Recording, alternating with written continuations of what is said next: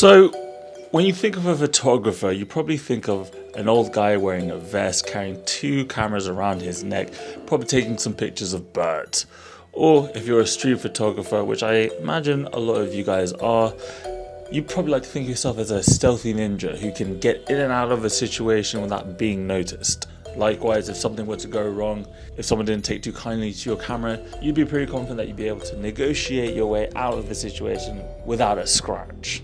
And this sort of cool, suave, sort of secret agent sort of quality I find is sort of associated with the greats of photography. Especially with street photography at least. I think a huge part of what makes a great photographer great is actually very little to do with their sort of technical ability and their creativity, but rather it's their willingness, their desire to go above and beyond, to do whatever it takes to get the shot. A lot of times the greatest photos were taken without permission. It's all about getting in the right place at the right time by any means necessary. However, it's a very fine line between being the courageous photographer who's willing to take any risks and just being a dick. And so today, I want to talk about a few photographers who may have taken things a bit too far in the name of photography.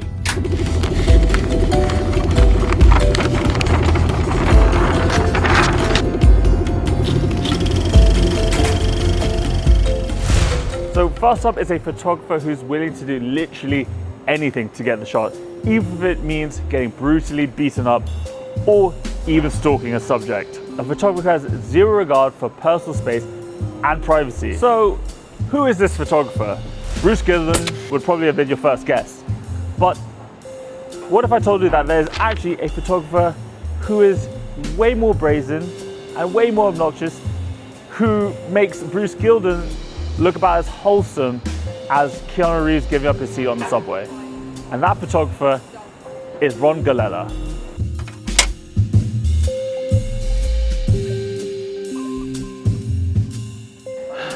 Now, why on earth is this guy following a visibly irritated Marlon Brando wearing a football helmet?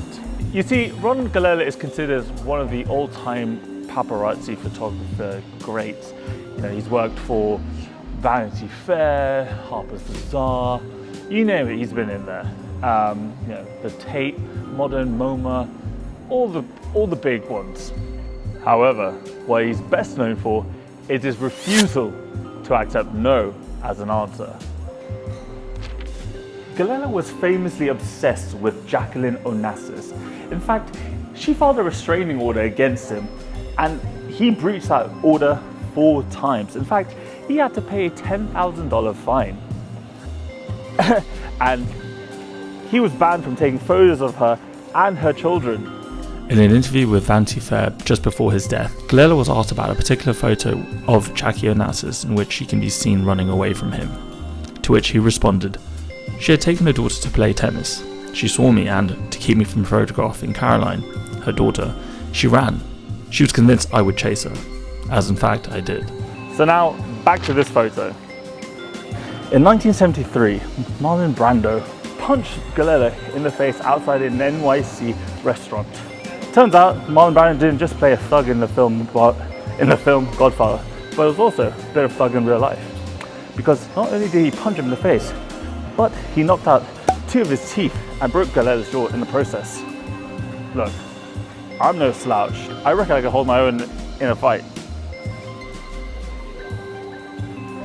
No sponsors. But if my jaw gets broken, the last thing I'm going to do is go back for seconds. But that's exactly what Galella did. And that's why he's wearing this American football helmet. Galella has a laundry list of celebrities absolutely hating him. Elvis Presley's bodyguards slashed his tires, Bridget Bardot's security hosed him down, and Sean Penn even spat and punched him. However, if you were questioning his ethics, hold your judgment until you hear about this photographer. I will warn you that this photographer's work will probably upset a few of you.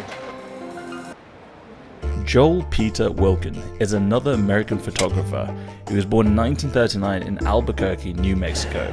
His work often deals with important themes like death, but in a way that I think most people will find truly shocking, but also undoubtedly beautiful.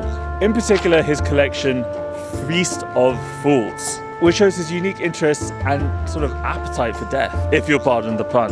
So this is a collection of still life images which depicts dismembered limbs and corpses alongside fresh fruit. And yes, that is an actual baby. This collection was naturally met with disgust and outrage. His work is often branded as exploitative. The anger that this work sparked was not only directed at Witkin, but also at the morgue in Mexico City that allowed this to happen. Now, I couldn't find anything about the families of these subjects giving consent to Witkin to take these photos. However, this photographer did get permission from the child's mother before taking this scandalous photo. So, Gary Gross, another American photographer, born in 1937, was a prominent fashion photographer who would later go on to do dog portraiture. However, his entire career will arguably be remembered for one single image.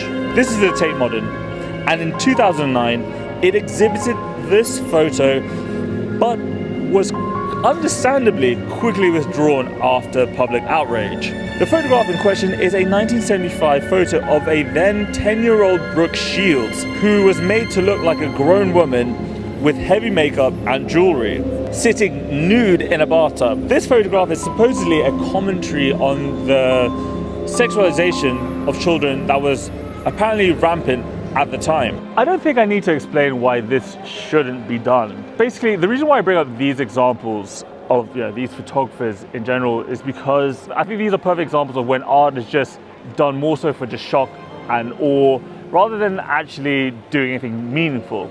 I could even concede that what Witkin does with his work is, in a morbid way, quite beautiful. However, I think these kinds of works shouldn't work today, and they don't work today because as a society we've moved on, and I think that's a good thing. Our ethics and morals have moved on and changed with time. I don't think any reasonable person today would take a Playboy style photo of a 10-year-old. I think the same message could be conveyed in a million different ways before you do that. So for me, I think it's healthy as an artist to critique the so-called masters of the past, because what worked for them doesn't mean that it has to work for us today. And I feel that there are a lot of people today who sort of hold masters to on a pedestal and sort of reject any sort of criticism, reject any kind of criticism of them. Because it's important to recognize not only where they succeeded and where we can learn from them and where we ourselves can do better, but also to recognize that they didn't always have it right. Anyways, let me know what you think. Let me know if there are any other photographers you think I should cover, and I'll see you in the next one.